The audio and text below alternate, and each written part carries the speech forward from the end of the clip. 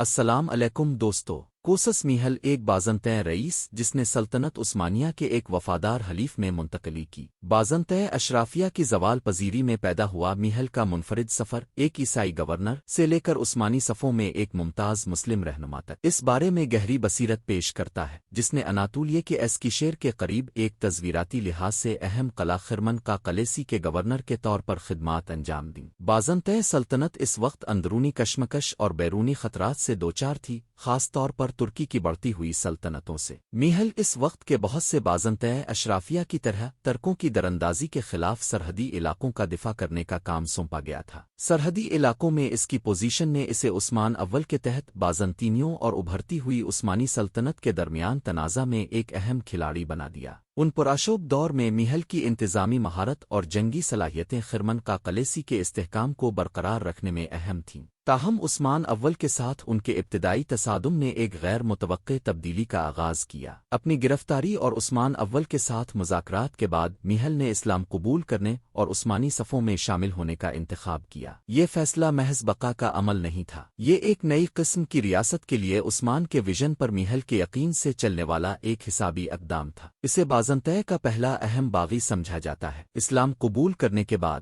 وہ غازی میہل اور عبداللہ میہل غازی کے نام سے بھی جانے جاتے تھے۔ ان کا اسلام قبول کرنا ایک اہم واقعہ تھا جو متنوع افراد اور ثقافتوں کو ضم کرنے کی سلطنت عثمانیہ کی صلاحیت کی علامت تھا۔ میہل عثمان اول کا ایک قابل اعتماد مشیر بن گیا، جس نے بازنطین سیاست، فوجی حکمت عملیوں اور حکمرانی کے بارے میں انمول بصرتیں پیش کیں۔ یہ اتحاد باہمی طور پر فائدہ مند تھا، جبکہ میہل نے اپنے اور اپنے لوگوں کے لیے ایک مستقبل محفوظ کیا۔ عثمانیوں نے ایک باشعور اور قابل اتحادی حاصل کیا۔ کوسس میہل کا کردار سفارت کاری سے آگے بڑھا۔ اس نے عثمانی فوجی مہموں میں بڑھ چڑھ کر حصہ لیا، عثمان اول اور بعد میں اورہان غازی کو اپنے علاقوں کو بڑھانے میں مدد کی۔ بازنطین قلعوں اور حکمت عملیوں کے بارے میں اس کی گہری سمجھ نے اسے اہم لڑائیوں میں ایک اہم اثاثہ بنا دیا۔ اس اتحاد نے عثمانیوں کی موافقت کا بھی مظاہرہ کیا، کیونکہ انہوں نے مؤثر طریقے سے سابق مخالفین کو اپنی بڑھتی ہوئی ریاست میں ضم کیا۔ ان کی سب سے قابل ذکر کامیابیوں میں سے ایک بافاس کی لڑائی 1302 میں ان کا کردار تھا، جو عثمان کی افواج اور بازنطینیوں کے درمیان فیصلہ کن مرکہ آرائی تھی۔ میہل کے تصویراتی مشورے اور بازنطین فوجی تشکیلات کے علم نے اس جنگ میں عثمانی فتح کو یقینی بنانے میں اہم کردار ادا کیا۔ میہل کی مقامی خطوں اور بازنطین حکومتی ڈھانچوں سے واقفیت نے اسے عثمانی مہمات میں ناگزیر بنا دیا۔ اس نے برسا کے محاصرے میں بھی اہم کردار ادا کیا، جس کا اختتام 1326 میں شہر پر قبضے کے ساتھ ہوا۔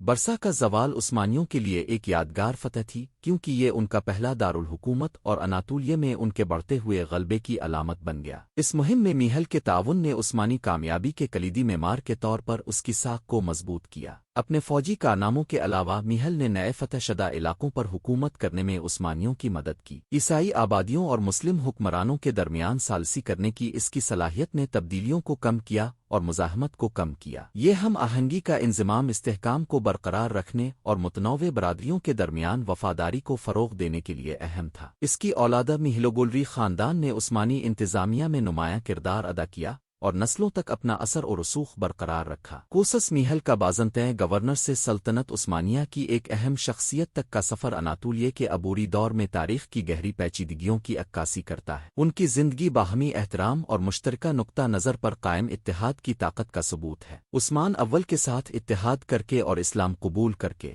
میہل نے نہ صرف اپنے مستقبل کو محفوظ بنایا، بلکہ تاریخ کی عظیم ترین سلطنتوں میں سے ایک کی بنیاد اور توسیع میں بھی اہم کردار ادا کیا۔